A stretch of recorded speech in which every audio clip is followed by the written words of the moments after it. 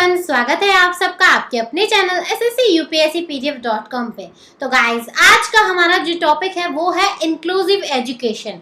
ये आपके exam perspective से बहुत ही ज़्यादा इम्पोर्टेंट है, क्योंकि यहाँ से आपके लिए क्वेश्चन बनते ही बनते हैं। लास्ट ईयर भी यहाँ से क्वेश्चंस आपको देखने के लिए मिले थे, अगर आपने लास्ट ईयर का जो पेपर है वो अटेम्प्ट किया था तो आज हम उसी को बिल्कुल डिटेल में डिस्कस करेंगे कि क्या होता है इंक्लूसिव एजुकेशन, उसके क्या एम्स हैं, क्या ज़रूरत पड़ी कि हमें इंक्लूसिव एजुकेशन को अपने सिस्टम में लाना पड़े, और बाकी बहुत सारे पहलू के बारे में जानेंगे जहां से आपके लिए कुछ भी क्वेश्चंस एग्जाम में देखने के लिए मिल सकते हैं। ठीक है, तो चलिए स्टार्ट करते हैं हम अपना आज का सेशन।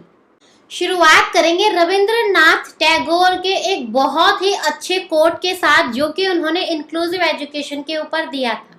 तो वो कोट क्या था बच्चों, कि the problem is not how to wipe out all the differences but how to unite with all differences intact. Exam में भी बन सकता है कि ये स्टेटमेंट किसने बोली थी, तो याद रखना। रविंद्रनाथ टैगोर ने बोला कि प्रॉब्लम ये नहीं है कि हम सारे डिफरेंसेस को, जो बच्चों के बीच में डिफरेंस होते हैं, उन्हें खत्म कैसे करेंगे, बल्कि प्रॉब्लम ये है कि उन सब डिफरेंसेस के होने के बावजूद हम सबको इकट्ठा, सबको यूनाइट कैसे करेंगे। तो हमें लोगों को इकट्ठा करने पे, एक मुट्ठी करने पर जोर देना है, ना कि सारे डिफरेंसेस को खत्म करने पर। तो इसी थॉट के ऊपर जो है इंक्लूसिव एजुकेशन की नींव रखी गई थी, तो इसलिए आपको ये थॉट जानना बहुत जरूरी था। इसके बाद चलिए मतलब समझते हैं कि आखिर इंक्लूसिव एजुकेशन होता क्या है। आप देखिए, हमारे यहाँ पर ना बहुत प्रकार के बच्चे होते हैं। कोई अलग ट्राइब से होता है, कोई थोड़ी पुअर फैमिली से होता है, कोई रिच फैमिली से होते हैं, किसी को डिसेबिलिटी होती है किसी प्रकार की, किसी को लर्निंग डिसेबिलिटी है, किसी को फिजिकल डिसेबिलिटी है, किसी को मेंटल डिसेबिलिटी है। तो आप देखिए कितने प्रकार के बच्चे हैं जो हमारे एनवायरनमेंट में, हमारे इस नेशन के अंदर, हमारी कंट्री, वर्ल्ड के अंदर है। तो हमें एक ऐसे स्कूल की जरूरत थी जहां पर हर प्रकार का बच्चा एक साथ पढ़ सके। तो इंक्लूसिव एजुकेशन को बच्चों इसलिए ही इंट्रोड्यूस किया गया ताकि हम हर बच्चे को, चाहे उसका मेंटल लेवल अलग है, चाहे उसका इकोनॉमिक लेवल, यानी कि चाहे वो रिच है, पुअर है, चाहे उसका जेंडर अलग है, या फिर उसे कोई फिजिकल डिसेबिलिटी है, कुछ भी है, हर एक बच्चा जो है वो हमारे लिए बराबर है।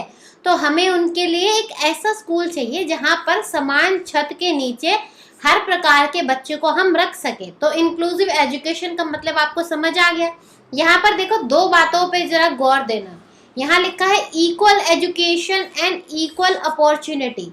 इक्वल एजुकेशन का मतलब है कि इक्वल, एक समान की शिक्षा देना, और इक्वल अपॉर्चुनिटी का मतलब है, अगर आपको याद हो तो एक टेस्ट में मैंने इस पे क्वेश्चन बनाया था कि इक्वल अपॉर्चुनिटी टू एजुकेशन का क्या मतलब है।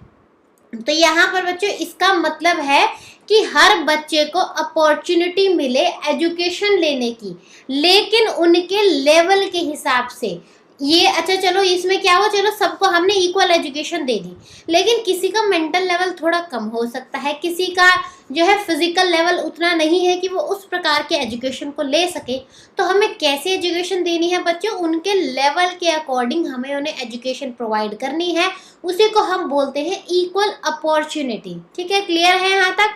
आगे बढ़े यहाँ से। अब चलिए, अब ये देखो बच्चों किसके ऊपर बेस है, social model of equality of opportunity, जिसका मतलब मैंने अभी आपको बताया कि हर बच्चे को समान रूप से अपॉर्चुनिटी मिलनी चाहिए कि वो अपने हिसाब से, अपने लेवल के हिसाब से एजुकेशन को ले सके।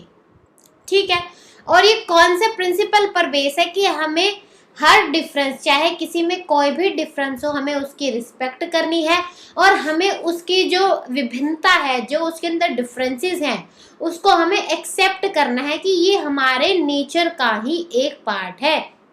तो आपको याद रखना है, इंक्लूसिव एजुकेशन बेस्ड है इक्वालिटी ऑफ अपॉर्चुनिटी के सोशल मॉडल पे, और जो इंक्लूसिव एजुकेशन है वो कौन से प्रिंसिपल पर बेस है, वो बेस है रिस्पेक्ट फॉर डिफरेंस, यानी कि प्रकृति के एक हिस्से के रूप में विभिन्नता को सम्मान और विविधता की स्वीकृति के लिए सिद्धांत के आधार पर और शीर्ष पर आयोजित किया जाता है। ठीक है, यहाँ तक कोई कंफ्यूजन नहीं होगी। इजी सा मतलब था इंक्लूसिव एजुकेशन क्या होता है और ये किसके ऊपर बेस है, क्योंकि यहाँ से आपको क्वेश्चन बन सकता है एग्जाम में, तो ये याद रखना है ये चीज। ठीक है, आगे बढ़े अब यहाँ से। चलिए अब जानेंगे कि आखिर क्या जरूरत पड़ी कि हमें इंक्लूसिव एजुकेशन को अपने एजुकेशन सिस्टम के अंदर इंक्लूड करना पड़ा। तो अब उन कारणों के बारे में जानेंगे। ठीक है, सबसे पहला पॉइंट है बच्चों, राइट ऑफ एवरी चाइल्ड। हर बच्चे का ये मौलिक अधिकार है, राइट है कि उसे इक्वल एजुकेशन प्रोवाइड करी जा सके। पहले क्या होता था, स्पेशल बच्चों के लिए स्पेशल स्कूल है, या फिर जो ज़्यादा गरीब है उन्हें स्कूल आने का मौका ही नहीं मिल रहा, जो गर्ल चाइल्ड है उसे एजुकेशन का मौका छीन लिया जा रहा है। तो ये क्यों? हर एक पर्सन का, हर एक बच्चे का इक्वल राइट है कि उसको इक्वल एजुकेशन मिले। तो बच्चों के इस राइट को बचाने के लिए, इस राइट का सम्मान रखने के लिए ही इंक्लूसिव एजुकेशन को बच्चों इंट्रोड्यूस किया गया। ठीक है, इसके बाद जब हर बच्चे को समान प्रकार की इक्वालिटी ऑफ एजुकेशन मिलता है, यानी समान प्रकार की अपॉर्चुनिटी मिलती है, तो बच्चे के अंदर ना एक कॉन्फिडेंस बिल्ट होता है कि देखो, अगर मेरे अंदर कोई डिसेबिलिटी है या मैं किसी गरीब परिवार से हूँ, कुछ भी है, अगर मेरे अंदर कोई कमी है तो इसका मतलब ये नहीं है कि मैं इन सब के बराबर नहीं हूँ। मेरी एजुकेशन ने मुझे इतना ज़्यादा स्ट्रॉन्ग बना दिया है कि मैं आज इनसे बराबरी कर सकता हूँ। तो एजुकेशन जो है वो एक पर्सन में कॉन्फिडेंस भरती है, इसलिए हमें इंक्लूसिव एजुकेशन को लाने की बहुत ज़्यादा ज़रूरत थी। इसके बाद है डेवलपमेंट इन वेरियस एरियाज। जब देखो बच्चों क्या होता है, इंक्लूसिव एजुकेशन हमने स्टार्ट किया तो कोई सपोज मान लो फिजिकल डिसेबिलिटी का बच्चा है हमारी क्लास में, ठीक है, तो हम क्या करेंगे, उसके ओवरऑल डेवलपमेंट के लिए काम करेंगे। हम सिर्फ ये ध्यान में नहीं रख के काम करेंगे कि उसको अगर फिजिकल डिसेबिलिटी है तो उसको इम्प्रूवमेंट के लिए कुछ काम करें, नहीं। जब भी बच्चा कोई एजुकेशन सिस्टम में आता है तो उसका मेंटल लेवल भी डेवलप होता है, उसका फिजिकल लेवल भी डेवलप होता है, उसका इमोशनल लेवल भी डेवलप होता है, उसका सब कुछ मतलब ओवरऑल डेवलपमेंट एक बच्चे का होता है। तो डेवलपमेंट इन वेरियस एरियाज पे एक बहुत बड़ा कारण था इंक्लूसिव एजुकेशन को लाने के लिए। ठीक है, इसके बाद बच्चों क्या होता है कि जब बच्चा स्कूल में आता है तो एक दूसरों के साथ रहता है, दोस्तों के साथ रहता है, और जब वो दोस्तों के साथ रहता है या फिर टीचर्स के साथ रहता है तो वो वहाँ से एडजस्टमेंट करना सीखता है, कोऑपरेट करना सीखता है कि एक साथ मिलकर किस प्रकार से काम किया जाता है। तो यहाँ से जो है, जो बच्चे नॉर्मल है, मतलब जिनमें किसी प्रकार की डिसेबिलिटी नहीं है, वो डिसएडवांटेज चाइल्ड नहीं है, वो बाकी प्रकार के बच्चों से एडजस्टमेंट करना सीखते हैं ताकि वो अपनी कम्युनिटी के साथ भी अच्छे से इंटरेक्ट कर सके। ठीक है, क्लियर है यहाँ तक? इसके बाद नेक्स्ट है कि ताकि जो इंडिविजुअल डिफरेंस का जो प्रिंसिपल है इसको फॉलो किया जा सके। अब इंडिविजुअल डिफरेंस में आपको क्या पढ़ाया गया था कि हर एक बच्चा अलग होता है, चाहे वो मेंटल लेवल की बात करो, फिजिकल लेवल की बात करो, शरीर की बात करो, दिखने की बात करो, हर तरीके से हर एक बच्चा अलग होता है। तो उसी चीज़ को फुलफिल करने के लिए, उसी चीज़ को बिल्कुल बेहतर तरीके से समझने के लिए ही इंक्लूसिव एजुकेशन को शुरू किया गया। ठीक है, क्लियर है? तो ये सारे कारण हैं जिनकी वजह से हमें इंक्लूसिव एजुकेशन को शुरू करने की ज़रूरत पड़ी थी। ठीक है, क्लियर है यहाँ तक? अगर कोई डाउट है तो बताएंगे, नहीं तो अब यहाँ से आगे बढ़ते हैं। ठीक है, चलिए अब यहाँ पर ना बच्चों हम कुछ टर्म्स के बारे में पढ़ेंगे जिसमें ना अक्सर कंफ्यूजन हो जाती है। ये सारी टर्म्स रिलेट करती है अलग प्रकार के थोड़े से मतलब स्पेशल चाइल्ड जो बच्चे होते हैं, इनको अपने एजुकेशन सिस्टम में इन्वॉल्व करने से, लेकिन इनमें थोड़ा थोड़ा डिफरेंस है जिसके बेसिस पे आपको क्वेश्चन बन सकता है। तो सबसे पहले जानेंगे हम कि मेन स्ट्रीमिंग क्या होता है। ठीक है बच्चों, मेन स्ट्रीमिंग में बेसिकली क्या होता है कि जैसे आप इमेज में देख सकते हैं, यहाँ पर आपके सामने कुछ स्पेशल बच्चे हैं। स्पेशल यानी वो बच्चे जिनकी कुछ स्पेशल नीड्स हैं। तो क्या होता था पहले कि नॉर्मली इन बच्चों को स्टार्टिंग से ही नॉर्मल जो हमारे रेगुलर स्कूल्स होते हैं उनमें नहीं रखा जाता था। पहले क्या करते थे कि जो भी स्पेशल बच्चे हैं, यानी कि जिन्हें किसी प्रकार की डिसेबिलिटी होती है, याद रखना, जिन्हें किसी प्रकार की डिसेबिलिटी है, जो बच्चा स्पेशल नीड रखता है, उन बच्चों को पहले अलग स्कूल में रखा जाता था, यानी कि स्पेशल स्कूल में रखा जाता था। और फिर जब लगता था कि हाँ ये नॉर्मल स्कूल के लिए, रेगुलर स्कूल के लिए तैयार हो चुके हैं, तो उसके बाद उन्हें रेगुलर स्कूल में लेके आया जाता था। और जो ये पूरा प्रोसेस है बच्चों, इसी को हम बोलते हैं मेन स्ट्रीमिंग, यानी कि child with disabilities are firstly prepared या फिर taught in special schools, then they are shifted to normal schools. विकलांग बच्चों को पहले विशेष स्कूलों में पढ़ाया जाता है, फिर उन्हें सामान्य स्कूलों में स्थानांतरित कर दिया जाता है। मेन स्ट्रीम का मतलब क्लियर है। यहाँ पर क्या हुआ, जो भी बच्चे हैं यानी कि जो स्पेशल चाइल्ड है, ध्यान रखना स्पेशल चाइल्ड या फिर डिसेबिलिटी, उनको पहले स्पेशल स्कूल में रखते हैं, वहां पर उनको जो है लर्निंग प्रोवाइड करी जाती है, उनको चीज़ें सिखाई जाती हैं, और जब वो तैयार हो जाते हैं तो उन्हें रेगुलर स्कूल यानी कि नॉर्मल स्कूल्स में ले जाया जाता है। क्लियर है यहाँ तक? आगे बढ़े। अब जो अगली टर्म है बच्चों वो है इंटीग्रेटेड एजुकेशन यानी कि एकीकृत शिक्षा।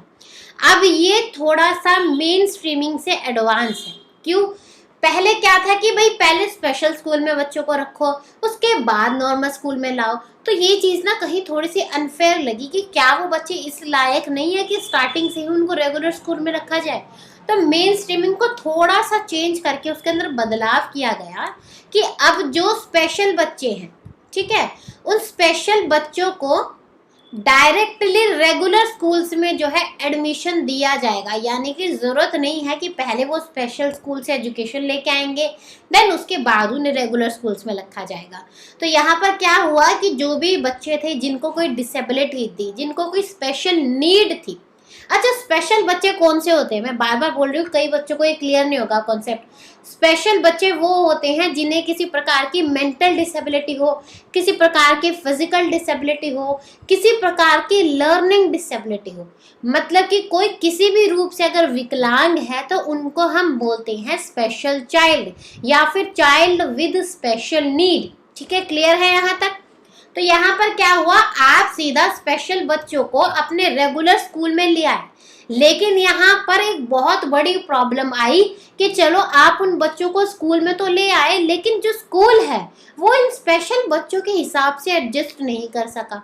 मतलब कि वो नॉर्मली जैसे बाकी बच्चों को पढ़ाते थे वो सेम उसी तरीके से उनको पढ़ाते थे, मतलब कुछ ज़्यादा इन्होंने जो है इनके साथ एडजस्ट करने के लिए कोशिश नहीं की। ये ही इंटीग्रेशन का बहुत बड़ा ड्रॉबैक है कि इनका जो बेसिक मकसद था ना वो था कि हमें इन बच्चों को किसी भी तरह अपने एजुकेशन सिस्टम के अंदर फिट करना है, ना कि इनको तैयार करना। ठीक है, क्लियर है यहाँ तक? तो यहाँ से क्या समझ है आपको, इंटीग्रेशन में क्या हुआ, स्पेशल बच्चों को नॉर्मल स्कूल्स में रखना, लेकिन उनके लिए अलग से कुछ ज़्यादा फैसिलिटीज़ प्रोवाइड नहीं करी जाती थी। ठीक है, क्लियर है? आगे बढ़े। अब यहाँ पर ना कुछ टर्म्स समझेंगे, इसके बाद आपको एक बहुत इंपॉर्टेंट कॉन्सेप्ट में समझाऊंगी। ठीक है, यहाँ पर आपके सामने 4 टर्म्स हैं, inclusion, exclusion, integration and segregation. देखिए, सबसे पहले समझेंगे एक्सक्लूजन क्या होता है। एक्सक्लूजन का मतलब है कि जिन बच्चों को किसी भी प्रकार की डिसेबिलिटी है उनको आप नॉर्मल स्कूल से अलग रखते हैं, मतलब कि नॉर्मल स्कूल्स में उनको एडमिशन नहीं दिया तो उनको क्या कर दिया आपने, एक्सक्लूड कर दिया, तो ये कहलाया एक्सक्लूजन। दूसरा है आपका इंटीग्रेशन। यहाँ पर क्या हुआ, आपने इन स्पेशल बच्चों को अपने स्कूल में जगह तो दे दी, लेकिन ये सब बच्चों के साथ मिक्स नहीं हो पाए, इनको ना थोड़ा सा अलग ही रखा गया। देखो ये जो 4 डेस्क है यहाँ पे स्पेशल बच्चे बैठेंगे और बाकी सारी जगह तुम सब बैठोगे, तो ये कहलाया इंटीग्रेशन कि बच्चों के साथ मिक्स तो कर दिया लेकिन कहीं ना कहीं ये फिर भी थोड़ा सा अलग ही रहे। ठीक है, अगला है सेग्रीगेशन। यहाँ पर क्या हुआ कि 2 प्रकार के स्कूल्स बनाए गए, मतलब कि 2 प्रकार के ग्रुप्स बनाए गए, जहाँ पर एक जगह तो थे नॉर्मल बच्चे और दूसरी जगह थे हमारे स्पेशल बच्चे। इसको बोलते हैं सेग्रीगेट करना, मतलब कि अलग अलग कर देना। ठीक है, इसके बाद आता है हमारा सबसे इम्पॉर्टेंट इंक्लूजन। आप देखिए इंक्लूजन में क्या हुआ, जितने भी नॉर्मल बच्चे थे उनके साथ ये स्पेशल बच्चे भी मिल गए, यानी कि इंक्लूजन में क्या हुआ, हर प्रकार के बच्चे को इक्वल तरीके से जो है रिस्पेक्ट दी गई, इक्वल तरीके से अपॉर्चुनिटी उन्हें मिली। क्लियर है आपको? Exclusion, inclusion, integration and segregation. ठीक है, आगे बढ़े अब यहाँ से। चलिए, अब यहाँ पर ना बच्चों देखो, मैंने आपको इंक्लूजन पहले ही बता दिया था, अभी मैंने आपको इंटीग्रेशन भी बताया, तो अभी हम जानेंगे कि इंटीग्रेशन और इंक्लूजन के बीच में क्या डिफरेंस होता है, यानी कि एकीकृत शिक्षा और जो हमारी इंक्लूसिव एजुकेशन है इसके बीच में क्या डिफरेंस होता है। ठीक है, अब ध्यान से सुनना, बहुत ही ज़्यादा इम्पॉर्टेंट कॉन्सेप्ट है ये। इंटीग्रेटेड एजुकेशन में क्या था बेसिकली कि यहाँ पर क्या है, बच्चों को अपने साथ लाने का ना इनका अपना अलग क्राइटेरिया था, अपना इनके अलग रूल्स एंड रेगुलेशन थे कि चलो ये बच्चे आ तो गए लेकिन इनको हम अलग पढ़ाएंगे, बाकी रेगुलर बच्चों को हम अलग पढ़ाएंगे, मतलब कि इनको ज़्यादा जो है मिक्स नहीं होने देंगे। इनके अपने थोड़े से रूल्स एंड रेगुलेशन थे। जबकि इंक्लूसिव एजुकेशन की अगर हम बात करें तो वहाँ पर इनका कोई ऐसा क्राइटेरिया नहीं होता, वो इन स्पेशल बच्चों को नॉर्मल बच्चों की तरह ही रिलेट करते हैं। वो ये नहीं समझते कि ये अलग प्रकार के कुछ बच्चे हैं, वहाँ पर हर बच्चे को एक ही नज़र से देखा जाता है। ठीक है, क्लियर है। नेक्स्ट है कि जो इंटीग्रेटेड एजुकेशन है वो एक नैरो कॉन्सेप्ट है, यानी कि एक छोटा कॉन्सेप्ट है, क्योंकि यहाँ पर सिर्फ मतलब है बच्चे को अपने साथ इंक्लूड करने से। लेकिन जो इंक्लूसिव एजुकेशन है ये एक बड़ा कॉन्सेप्ट है, यहाँ पर बहुत ज़्यादा काम किया गया बच्चों की शिक्षा के लिए। ठीक है, इसके बाद यहाँ पर क्या है, इंटीग्रेटेड में बेसिकली क्या होता है कि बस आप उन्हें नॉर्मल स्कूल में रख लेते हैं, इससे ज़्यादा आप बहुत ज़्यादा उनके लिए नहीं करते। लेकिन इंक्लूसिव एजुकेशन में आप उन्हें नॉर्मल स्कूल्स में तो रखते हैं, लेकिन साथ साथ उनके लिए आपको स्पेशल फैसिलिटीज़ का भी अरेंजमेंट करते हैं। यानी कि अगर आपको लगता है कि आपको अपने क्लास में कोई बच्चा ब्लाइंड है, उसके लिए आपको ब्रेले पता है ना आपको, उनकी एक अलग से नोटबुक आती है, आपको उसके लिए अलग से टीचर बुलवाना है तो आप वो टीचर को बुलवाएंगे, अलग से आपको उनके लिए कुछ अरेंजमेंट करना है समझाने के लिए तो आप वो चीज़ें भी करेंगे। तो इंक्लूसिव में क्या हुआ, स्पेशल फैसिलिटीज़ रखते हैं इन बच्चों के लिए। ठीक है, इंटीग्रेटेड एजुकेशन में कोई प्लानिंग की ज़रूरत नहीं पड़ती, वो सीधा क्या करते हैं, अच्छा तुम 2+2 4 पढ़ रहे हो तो तुम भी 2+2 4 ही पढ़ो, तुम चाहे ब्लाइंड हो चाहे तुम्हारे जो है पैरों में प्रॉब्लम है, मुझे किसी चीज़ से कोई फ़र्क नहीं पड़ता, बस जैसे सब चलता आ रहा है वैसे ही चलता रहेगा। ठीक है, लेकिन जबकि इंक्लूसिव एजुकेशन में क्या हुआ कि यहाँ पर हमें पहले प्लानिंग करनी पड़ती है कि हमें किस प्रकार के बच्चे के लिए किस प्रकार की एजुकेशन हमें उन्हें प्रोवाइड करनी है। ठीक है, इसके बाद यहाँ तो ना तो कोई बच्चों के लिए इंफ्रास्ट्रक्चर यानी बिल्डिंग में कोई चेंज किया जाता है, ना ही यहाँ पर कोई अलग से ट्रेन स्टाफ रखा जाता है जो इनकी जो ज़रूरतें हैं उनको पूरा कर सके, ना ही यहाँ पर अलग से कोई करिकुलम इन बच्चों के लिए बनाया जाता था। लेकिन इंक्लूसिव एजुकेशन में इनके हिसाब से इंफ्रास्ट्रक्चर भी बनाया जाता था, यहाँ पर जो है अलग से ट्रेन स्टाफ भी आता था, या फिर जो क्लास टीचर है उनको भी स्पेसिफिकली उन चीज़ों में ट्रेन किया जाता था ताकि उन बच्चों की नीड्स का ध्यान रखा जा सके। और इन बच्चों के लिए अलग से भी करिकुलम बनाया जाता था ताकि ये बच्चे कहीं ना कहीं बाकी बच्चों के मुकाबले कहीं थोड़ा सा पीछे ना रह जाए। ठीक है, यहाँ तक क्लियर है आपको इनके बीच में डिफरेंस। आगे बढ़े अब यहाँ से, चलिए अब यहाँ पर क्या हुआ कि इनके लिए ना एक अलग से रिसोर्स रूम बना देते ये इंटीग्रेटेड में कि अच्छा ये ना एक अलग रूम है, अगर कुछ सिखाना है ना नहीं तो इन्हें अलग कमरे में ले जाओ, वहाँ पर इन्हें सारी एक्टिविटीज़ कराओ और फिर इन्हें वापस ले आओ। लेकिन इंक्लूसिव में क्या हुआ कि देखो, इंक्लूसिव का मतलब क्या था कि हमें किसी बच्चे को अलग नहीं समझना है, तो इनके लिए जो भी सारी फैसिलिटीज़ होती थी, जो भी इनके लिए स्पेशल फैसिलिटीज़ होती थी, उनको रेगुलर रूम में ही अरेंज किया जाता था। यानी कि जो इनकी क्लासरूम होती थी उसी में सारी चीज़ को अरेंज किया जाता था ताकि ये ना लगे कि हमें कुछ सीखना है तो हमें अलग किसी कमरे में ले जाएंगे। ठीक है, इसके बाद जो इंटीग्रेटेड एजुकेशन है उसका मकसद था किसी भी तरह बच्चे को अपने एजुकेशन सिस्टम में फिट करना, लेकिन जो इंक्लूसिव एजुकेशन है उसका मतलब होता है बच्चे को तैयार करना। अंतर है, इंटीग्रेटेड यानी कि फिट करना और इंक्लूसिव यानी कि बच्चे को प्रिपेयर करना। ठीक है, अब इंटीग्रेटेड में क्या होता था, बच्चे की कमियों को हाईलाइट किया जाता है। जैसे कोई गेम्स का पीरियड चल रहा है, आपकी क्लास में कोई फिजिकल डिसेबिलिटी का बच्चा है तो आप क्या करेंगे, अच्छा आज खो खो खेल रहे हैं लेकिन समर तुम नहीं खेल सकते क्योंकि तुम्हारे तो थोड़ा सा पैर में प्रॉब्लम है ना, तुम तो भाग नहीं पाओगे, तो तुम रहने दो, बाकी बच्चे खेल लेंगे। तो यहाँ पर क्या हुआ, बच्चों की जो कमियां थी उनको हाईलाइट कर दिया। लेकिन इंक्लूसिव में क्या हुआ, सपोज आपने खो खो प्ले करवाया, ठीक है, तो आप ये नहीं बोलोगे कि समर आपके पैर में प्रॉब्लम है तो आप नहीं कर सकते, आप बोलेंगे कि देखो सारे बच्चे खो खो खेलेंगे और जो समर है वो आपका जो है आज रेफरी बनेगा, आपका जो है एम्पायर बनेगा और वो सारी चीज़ें चेक करेगा कोई बच्चा फाउल तो नहीं कर रहा। तो यहाँ पर क्या है, आपने बच्चे की डिसेबिलिटी को ढक दिया और आपने बच्चे को इंक्लूड भी कर लिया और उसकी कमी को आपने सामने भी नहीं आने दिया। तो इंक्लूसिव एजुकेशन का बहुत ही अच्छा पॉइंट है ये तो। ठीक है, अब एक और बहुत ज़रूरी बात जिसमें मैं बार बार जोर दे रही थी कि जो मेन स्ट्रीमिंग होता है और जो इंटीग्रेटेड होता है ये सिर्फ और सिर्फ स्पेशल बच्चों से रिलेट करता है जिनको किसी प्रकार की प्रॉब्लम हो। लेकिन जो हमारा इंक्लूसिव एजुकेशन है वो हर एक बच्चे को इंक्लूड करता है, चाहे उसको कोई डिसेबिलिटी है, चाहे वो कोई स्पेशल बच्चा है, चाहे वो किसी पुअर बैकग्राउंड से बिलोंग करता है, चाहे वो किसी एससी मतलब शेड्यूल्ड कास्ट शेड्यूल्ड ट्राइब का बच्चा है, या फिर वो कोई गर्ल चाइल्ड है, वो कोई भी है जिनसे भी एजुकेशन का मौका छीना जाता है, वो हर एक प्रकार के बच्चे को अपने इंक्लूसिव एजुकेशन के अंदर काउंट करता है। ठीक है, क्लियर है? इसलिए मैं बार बार जोर दे रही थी स्पेशल बच्चे क्यों, ताकि आप ना मिक्स ना कर लो कॉन्सेप्ट को। यहाँ तक क्लियर है? अगर यहाँ तक क्लियर है तो थम्स अप करेंगे कि यस मैम क्लियर है यहाँ तक। ठीक है, चलिए आगे बढ़े। अब यहाँ से अब हम पढ़ेंगे कि इंक्लूसिव एजुकेशन के क्या एम्स होते हैं, कि जब भी हम इंक्लूसिव एजुकेशन अपने स्कूल में स्टार्ट करते हैं तो क्या मकसद है उसके पीछे स्टार्ट करने का, यानी कि समावेशी शिक्षा के उद्देश्य क्या होते हैं। ठीक है, चलिए, तो जो सबसे पहला हमारा पॉइंट है वो है कि चाहे वो कोई भी प्रकार का बच्चा हो, हमें उसे बच्चों एक तरीके से यूनाइट करना है, मतलब कि हमें एक करके चलना है, बच्चों को पूरी सोसाइटी को इकट्ठा करके चलना है। अगर हम बच्चों को पहले ही अलग कर देंगे तो बच्चे भी कहेंगे अरे नहीं नहीं ये ना थोड़ा सा ना इसके पैर में दिक्कत है, हम इसके साथ नहीं खेलेंगे।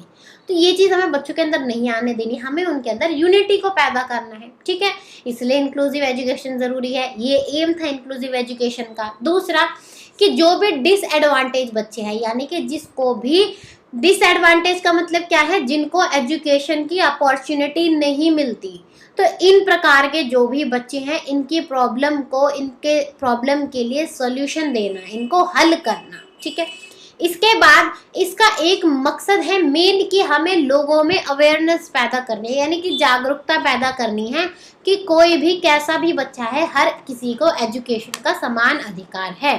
ठीक है, नेक्स्ट यहाँ पर कि इंक्लूसिव एजुकेशन के थ्रू हम बच्चों को इंडिपेंडेंट बनाते हैं, हम उनकी कमियों के साथ उन्हें और बेहतर तरीके से जीना सिखाते हैं। ठीक है, नेक्स्ट यहाँ पर इंक्लूसिव एजुकेशन का मकसद है कि हर किसी को एजुकेशन मिल सके, ये तो आपको क्लियर है, मैं कई बार आज के सेशन में इसके बारे में बोल चुकी हूँ आपको। अगला है कि बच्चों की जो राइट है, यानी कि जो राइट टू एजुकेशन है, जो बेसिक इनके राइट है, इनको प्रोटेक्ट किया जा सके, क्योंकि जब बच्चों को एजुकेशन नहीं मिलती है तो उनसे इनका ये राइट छीन लिया जाता है एजुकेशन का। तो बच्चों के इन राइट के प्रोटेक्शन के लिए ही इंक्लूसिव एजुकेशन को रखा गया। नेक्स्ट है कि जो एजुकेशन है उसकी क्वालिटी को इम्प्रूव करना। अब कैसे, क्योंकि देखो अलग अलग प्रकार के जब बच्चे हमारे क्लास में आएंगे तो हमें अपना एजुकेशन का स्टैंडर्ड बढ़ाना पड़ेगा, टीचर्स के जो हमें लेवल है वो इंक्रीज करना पड़ेगा, तो कहीं ना कहीं हमारा पूरा का पूरा एजुकेशन सिस्टम जो है डेवलप होगा, उसके अंदर इम्प्रूवमेंट आएगी। तो ये सारे थे बच्चों आपके AIIMS of inclusive education. Clear है यहाँ तक? अब पढ़ेंगे हम फैक्टर्स के बारे में कि वो कौन से फैक्टर्स हैं, जो वो कौन से कारक है जो समावेशी शिक्षा यानी कि इंक्लूसिव एजुकेशन पर फर्क डालते हैं, जिसकी वजह से थोड़ी बहुत प्रॉब्लम आ सकती है हमें क्लासरूम में इंक्लूसिव एजुकेशन को लेके। ठीक है, चलिए, सबसे पहला पॉइंट है कि बच्चों डाइवर्सिटी अमॉन्ग लर्नर्स। अब इसका मतलब क्या है कि देखो अलग अलग प्रकार के बच्चे आपके पास आएंगे, अलग अलग लैंग्वेज से रिलेट करते होंगे, अलग अलग फील्ड से आएंगे, अलग अलग उसके अंदर डिसेबिलिटी होगी, तो कई बार ना बहुत ज़्यादा टफ हो जाता है हर बच्चे के हिसाब से एक्टिविटी प्लान करना, हर बच्चे को ध्यान में रख कर जो है अपना लेसन प्लान करना। तो कहीं ना कहीं ये कभी थोड़ा सा प्रॉब्लम कर देता है for a teacher, for a education system. तो ये एक फैक्टर है जो कि इंक्लूसिव एजुकेशन पर थोड़ा सा प्रभाव डाल सकता है। इसके बाद नेक्स्ट है टीचर्स नॉलेज। अगर टीचर को इतनी ज़्यादा ट्रेनिंग नहीं मिली है, टीचर के पास नॉलेज ही नहीं है कि जो इंक्लूसिव एजुकेशन के तहत उनके पास जो बच्चे आए हैं उनसे कैसे डील करना है, उनके लिए कैसे करिकुलम को प्लान करना है, उनके लिए कैसे टाइम टेबल फिक्स करना है, कैसे उनके लिए एक्टिविटीज़ बनानी है, तो कहीं ना कहीं इंक्लूसिव एजुकेशन का जो मकसद है वो पूरा नहीं हो पाएगा। तो जो टीचर की नॉलेज है वो बहुत ज़्यादा इम्पॉर्टेंस रखती है हमारे इंक्लूसिव एजुकेशन के लिए। नेक्स्ट है यहाँ पर इंफ्रास्ट्रक्चर। इंफ्रास्ट्रक्चर यानी कि जो हमारा जो फिजिकल एनवायरनमेंट होता है स्कूल का, जो स्कूल की बिल्डिंग है, जो स्कूल के डेस्क है, जो स्कूल की लेबोरेटरी है, जो स्कूल के वॉशरूम है, हर एक चीज़ इंफ्रास्ट्रक्चर में आती है। अगर हमारे स्कूल का इंफ्रास्ट्रक्चर जो है वो उन स्पेशल बच्चे या फिर जो अलग प्रकार के बच्चे हमारे यहाँ पर आ रहे हैं उनको ध्यान में रख कर नहीं होगा तो कहीं ना कहीं उनको प्रॉब्लम हो सकती है। अब जैसे कि आपके स्कूल में ना बच्चों कुछ ब्लाइंड बच्चे भी आ रहे हैं, लेकिन आपने तो हर जगह स्टेयर केस लगाए हैं, तो इन बच्चों को थोड़ी सी दिक्कत हो सकती है अगर यहाँ पर रेलिंग ना लगे, क्योंकि बच्चे बिना रेलिंग के तो चढ़ नहीं पाएंगे। तो क्या हुआ, इंफ्रास्ट्रक्चर में प्रॉब्लम हो गई। या फिर आपके पास कोई ऐसे बच्चे आए जिनके लेग्स में कुछ प्रॉब्लम है, तो स्टेयर्स के थ्रू तो वो भी नहीं जा सकते, तो उनके लिए आपको एक ऐसा प्लेटफॉर्म लगाना होगा। तो अगर इस प्रकार का प्लेटफॉर्म नहीं है आपके स्कूल में, यानी इंफ्रास्ट्रक्चर में आपकी कमी है, तो जब भी एजुकेशन में, इंक्लूसिव एजुकेशन को पूरे अच्छी तरीके से कारगर होने में जो है कमियां आएंगी। तो इसलिए इंफ्रास्ट्रक्चर भी बहुत ज़्यादा ज़रूरी होता है। नेक्स्ट है आपका कि अगर आपके पास वो सारे रिसोर्सेज ही नहीं है जिनकी वजह से इंक्लूसिव एजुकेशन को सक्सेसफुल किया जा सके, तो भी बहुत ज़्यादा फर्क पड़ेगा। अब जैसे कि कोई बच्चा ब्लाइंड है, आपके पास ब्रेल सिस्टम की बुक्स ही नहीं है, उनके लिए टीचर्स ही नहीं है। कुछ बच्चे हैं जिनको हियरिंग की प्रॉब्लम है, आप उनको हियरिंग के एड्स ही प्रोवाइड नहीं करा रहे, तो कहीं ना कहीं अगर आपके पास रिसोर्सेज नहीं है तो इंक्लूसिव एजुकेशन इतनी बेहतर तरीके से नहीं चल पाएगा। ठीक है, अगला है आपका रिजिडिटी ऑफ इवैल्यूएशन सिस्टम, यानी कि जो आपकी मूल्यांकन प्रणाली है उसकी कठोरता। अब देखो क्या है ना, आप हर बच्चे को एक ही समान इवैल्यूएट करते हैं। सपोज कोई बच्चा आपकी क्लास में है जो बोल नहीं सकता, अब आप हर बच्चे से तो पोम सुन रहे हो, यानी हर बच्चे से बोल रहे हो कविता सुनाओ, उस बेसिस पे तुम्हारे मार्क्स लगेंगे। लेकिन जो बच्चा बोल ही नहीं सकता या फिर जिसको किसी प्रकार की लैंग्वेज की डिसेबिलिटी है, आप उसको किस तरीके से ओरली जो है इवैल्यूएट करोगे।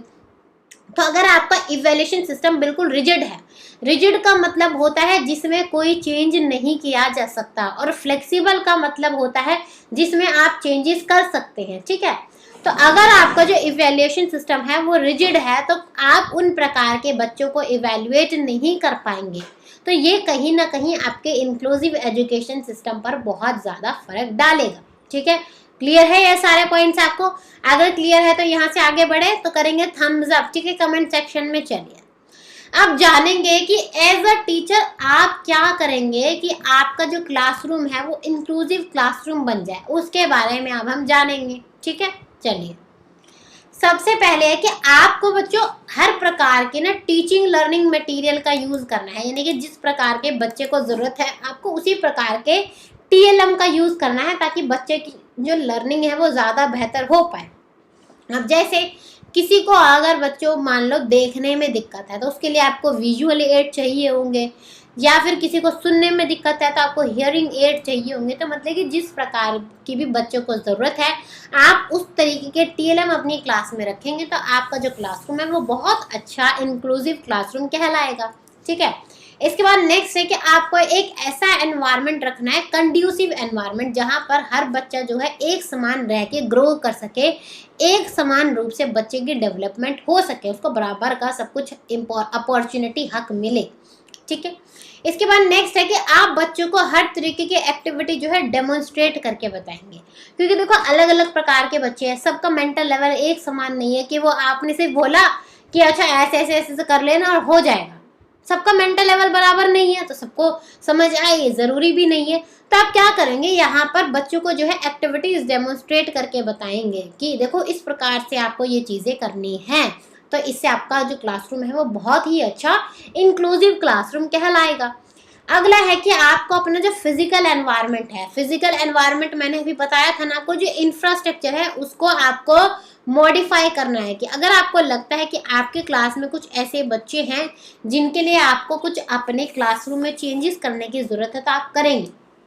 अब जैसे कोई विजुअली इम्पेयर्ड बच्चा है, यानी कि जिसको देखने में दिक्कत है, तो आप क्या करेंगे, जो डोर होगा उसके साथ कोई भी डेस्क नहीं लगाएंगे, क्योंकि आपको पता है वो बच्चा जब डोर से अंदर आ रहा होगा तो वो उससे टकरा सकता है, उसे चोट लग सकती है। तो आपने क्या करा, बच्चे की फैसिलिटी के लिए आपने डोर के सामने से सारे डेस्क चेयर स्टूल जो भी था सब कुछ हटा दिया। ठीक है, इसी को हम बच्चों बाला भी बोलते हैं।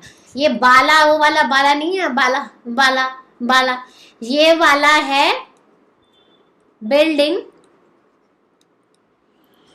एज अ लर्निंग एड, यानी कि बिल्डिंग को एज अ TLM यूज करेंगे। आपने यहाँ पर क्या करा, बच्चे की लर्निंग को फैसिलिटेट करने के लिए, बच्चे की लर्निंग को और ज़्यादा बेहतर बनाने के लिए आपने इंफ्रास्ट्रक्चर के अंदर चेंजेस किए। इसी को हम बोलते हैं बाला। बाला यानी कि building as a learning aid. ठीक है, क्लियर है यहाँ तक? आगे बढ़े। अब यहाँ से आगे आप क्या करेंगे कि आपको एज अ टीचर भी हमेशा प्रिपेयर रहना है। अगर आप यही प्रिपेयर नहीं कि आपकी क्लास में जितने भी अलग प्रकार के बच्चे हैं, जो भी डिसएडवांटेज चाइल्ड आए हैं, उनके लिए आप किस प्रकार की एक्टिविटीज़ करेंगे, अगर आप ही तैयार नहीं है तो ये क्लासरूम इंक्लूसिव कैसे बनेगा, कैसे अच्छे से पढ़ाओगे? तो एज अ टीचर सबसे पहले आपको तैयार रहना। ठीक है, इसके बाद आपको एक एज अ इवेल्युएशन सिस्टम को अपनाना है जो कि फ्लेक्सिबल हो, जो कि बच्चों के हिसाब से हो। अभी हमने क्या पढ़ा था इससे पहले कि अगर रिजिड होगा तो कहीं ना कहीं आप हर एक बच्चे का आकलन मूल्यांकन नहीं कर पाएंगे। तो आपको फ्लेक्सिबल या फिर फ्रेंडली इवेल्युएशन सिस्टम रखना है। अगला कि आपको बच्चों को सेग्रीगेट नहीं करना, यानी कि उनको अलग अलग नहीं करना। अच्छा, ये जो पहली रो है यहाँ पर सारे स्पेशल बच्चे बैठेंगे, बाकी जो 2 रोज है वहाँ पर नॉर्मल बच्चे बैठेंगे। इस तरीके का सेग्रीगेशन अपनी क्लास में नहीं करना है। अगला कि आपको उस तरीके का एजुकेशन सिस्टम को अपनाना है जो कि चाइल्ड सेंटर्ड हो। चाइल्ड सेंटर्ड बताया ना मैंने आपको, जो कि बच्चों पर फोकस रखे, बच्चों की एक्टिविटीज़ कराने पे फोकस रखे, बच्चे खुद से अपने नॉलेज को गेन करें, ये सब कहलाता है चाइल्ड सेंटर्ड एजुकेशन। अगला है कि आपको बच्चों को कंपेयर नहीं करना है। सपोज एक तो बच्चा है जिसको फिजिकल डिसेबिलिटी है, ठीक है, एक बच्चा है जिसको किसी प्रकार की डिसेबिलिटी नहीं है, आप दोनों को कंपेयर कर रहे हो कि देखो वो कितनी अच्छे से रेस करता है, वो कितनी अच्छे से गेम्स खेलता है और तुम कहीं ना कहीं उसके मुकाबले कमज़ोर हो। तो इस तरीके का कंपैरिजन बिल्कुल भी नहीं करना है। नेक्स्ट है कि जो आपका करिकुलम है वो भी फ्लेक्सिबल होना चाहिए, ताकि आप जितने भी आपके क्लास में डिसेबल बच्चे हैं या फिर स्पेशल बच्चे हैं, कोई डिसएडवांटेज बच्चा है, आप उनके हिसाब से अपने करिकुलम में सिलेबस के अंदर चेंजेस कर सके। तो ये सारे पॉइंट्स आपको याद रखने हैं कि इन सब की वजह से एक अच्छा और बेहतर इंक्लूसिव क्लासरूम बनता है। ठीक है, क्लियर है यहाँ तक? अब यहाँ से आगे बढ़े। अगर ये टॉपिक समझ आ गया तो बताइए कमेंट सेक्शन में कि यस मैम क्लियर है। चलिए आगे बढ़े। अब यहाँ से चलिए, अब आपने देखा होगा मैं बहुत देर से बोल रही हूँ डिसएडवांटेज चिल्ड्रन, डिसएडवांटेज चिल्ड्रन। तो ये आखिर है कौन? सबसे पहले डिसएडवांटेज चिल्ड्रन का मतलब वो है कि जिन बच्चों को राइट टू एजुकेशन नहीं मिलता, यानी जिनसे उनका एजुकेशन का राइट छीन लिया जाता है, उनको हम बोलते हैं डिसएडवांटेज चिल्ड्रन। चाहे वो बच्चा ब्लाइंड है, चाहे उसको किसी प्रकार की डिसेबिलिटी है, मतलब कुछ भी है।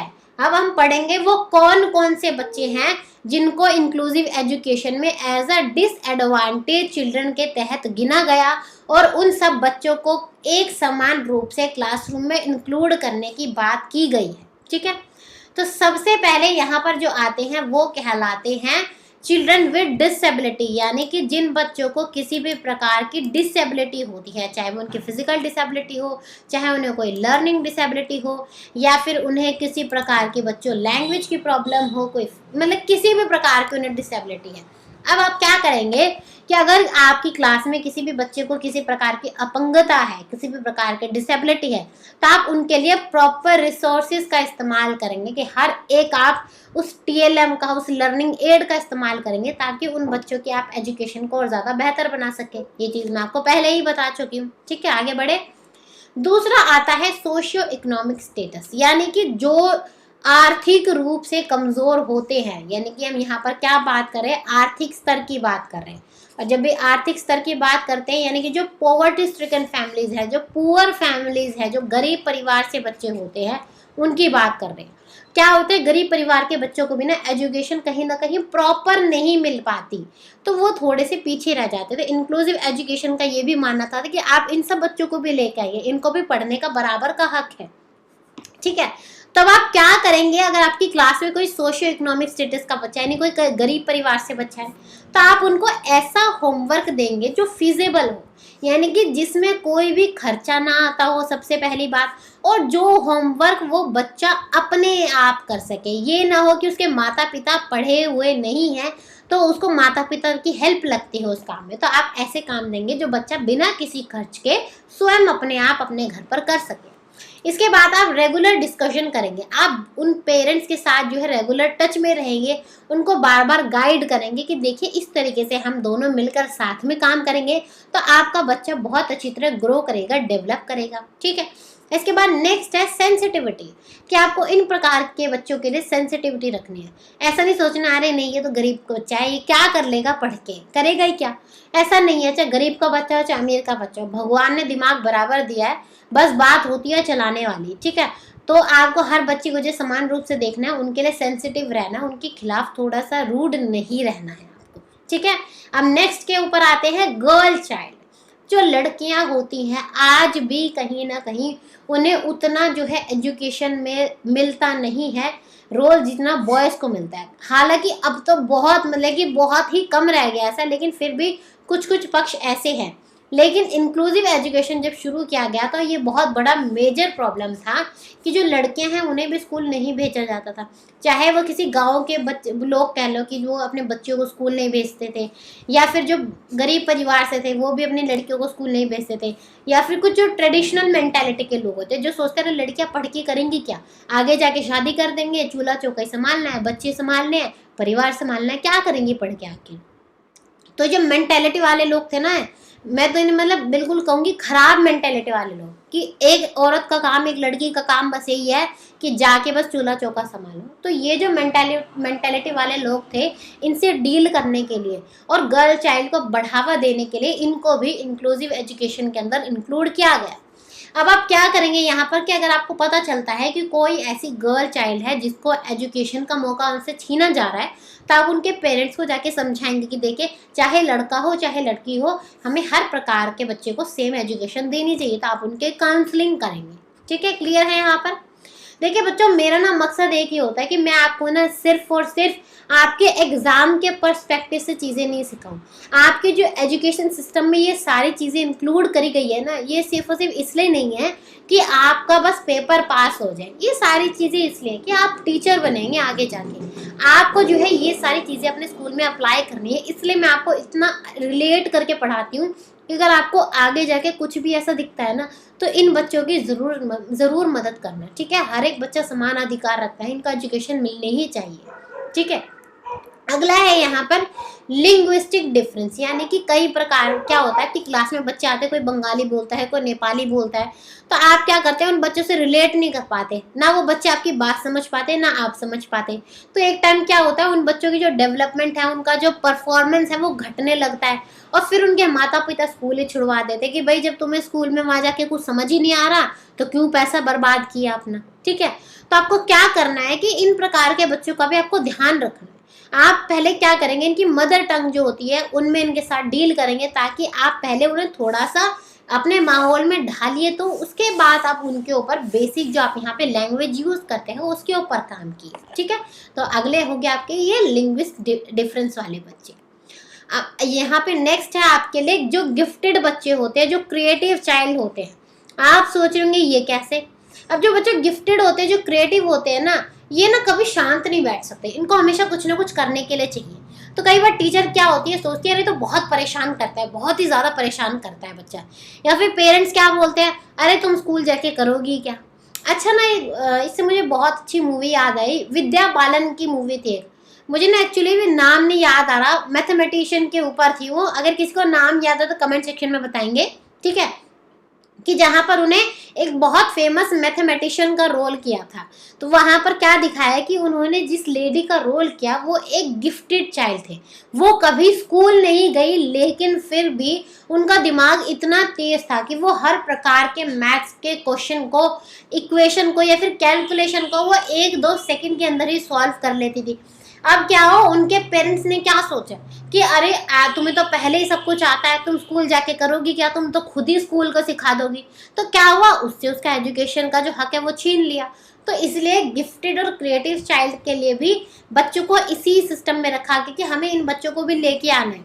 इनको सब आता है तो इसका मतलब ये नहीं है कि उन्हें एजुकेशन सिस्टम में एनरोल नहीं करना है। ठीक है, तो यहाँ पर आप क्या करेंगे, इन प्रकार के बच्चों के लिए आप अलग अलग एक्टिविटीज़ प्लान करेंगे, अपने क्लासरूम को थोड़ा इंटरेस्टिंग बनाएंगे ताकि इनको थोड़ा सा भी बोर फील ना हो, अपने करिकुलम को और ज़्यादा एडवांस करेंगे इन बच्चों के हिसाब से, उनके लिए स्पेसिफिकली, और ऐसी एक्टिविटीज़ कराएंगे जहाँ पर दिमाग का बहुत ज़्यादा जोर लगे, बच्चों का बहुत ज़्यादा मन लगे क्लास के अंदर। तो आप ब्रेन स्टॉर्मिंग एक्टिविटीज़ इन बच्चों को कराएंगे। ठीक है, क्लियर है यहाँ तक? आगे बढ़े अब यहाँ से। जो यहाँ पर लास्ट है बच्चों, वो है चिल्ड्रन और शेड्यूल ट्राइब्स। क्योंकि जो ये ट्राइब्स के बच्चे होते हैं ना, ये भी आज भी देखना कई जगह इनका एजुकेशन मिलती ही नहीं है। एजुकेशन का बिजली पानी इनको तो ये भी चीज़ें प्रॉपर नहीं मिलती, तो एजुकेशन तो बहुत दूर की बात है। तो इन सब प्रकार के बच्चों को भी इंक्लूसिव एजुकेशन के अंदर ही रखा गया ताकि इनको भी एक समान की जो है एजुकेशन मिल सके। ठीक है, क्लियर है यहाँ तक? अब यहाँ पर एक बहुत अच्छी बात है जो कि लिखी गई है, ये सब आपको बेसिक बस आपके लिए है, ठीक है, ताकि आप भावी टीचर बन रहे हैं तो आपके लिए एक मेरी तरफ से एक छोटा सा एडवाइस है कि no one should be denied their right to education. हर एक इंसान को, हर एक बच्चे को जो है पढ़ने का समान अधिकार है, तो किसी से भी उसका वो हक नहीं छीनना। कि देखो आप टीचर बनोगे, आप पढ़ रहे हो, आप पढ़ने की वजह से एक दिन सरकारी नौकरी ले लोगे, हर कोई आपको ना एक इज्जत की नज़र से देखेगा।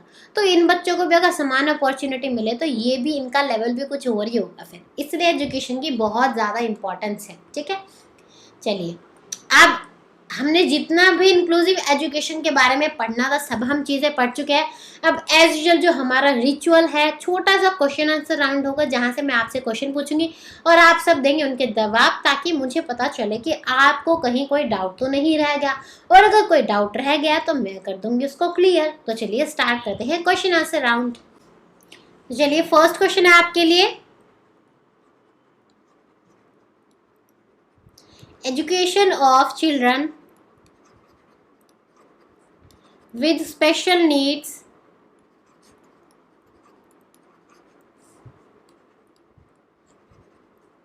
should be provided।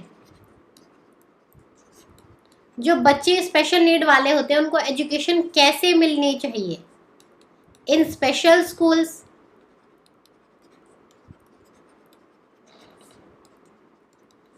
Bye special teachers, in special school,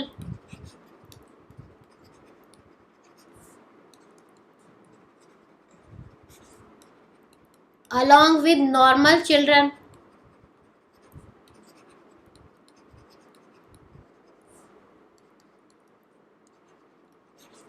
या फिर by methods develop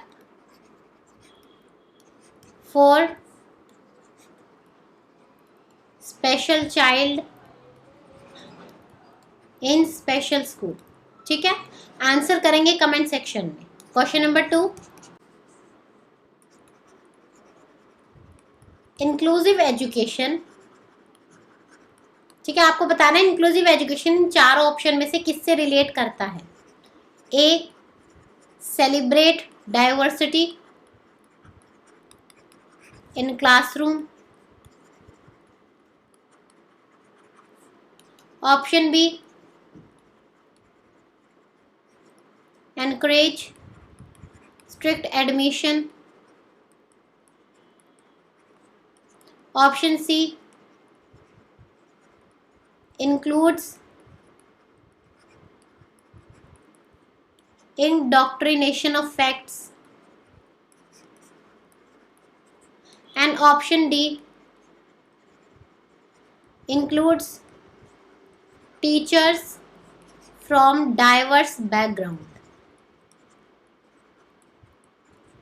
क्लियर है क्वेश्चन? चलिए नेक्स्ट क्वेश्चन देखते हैं।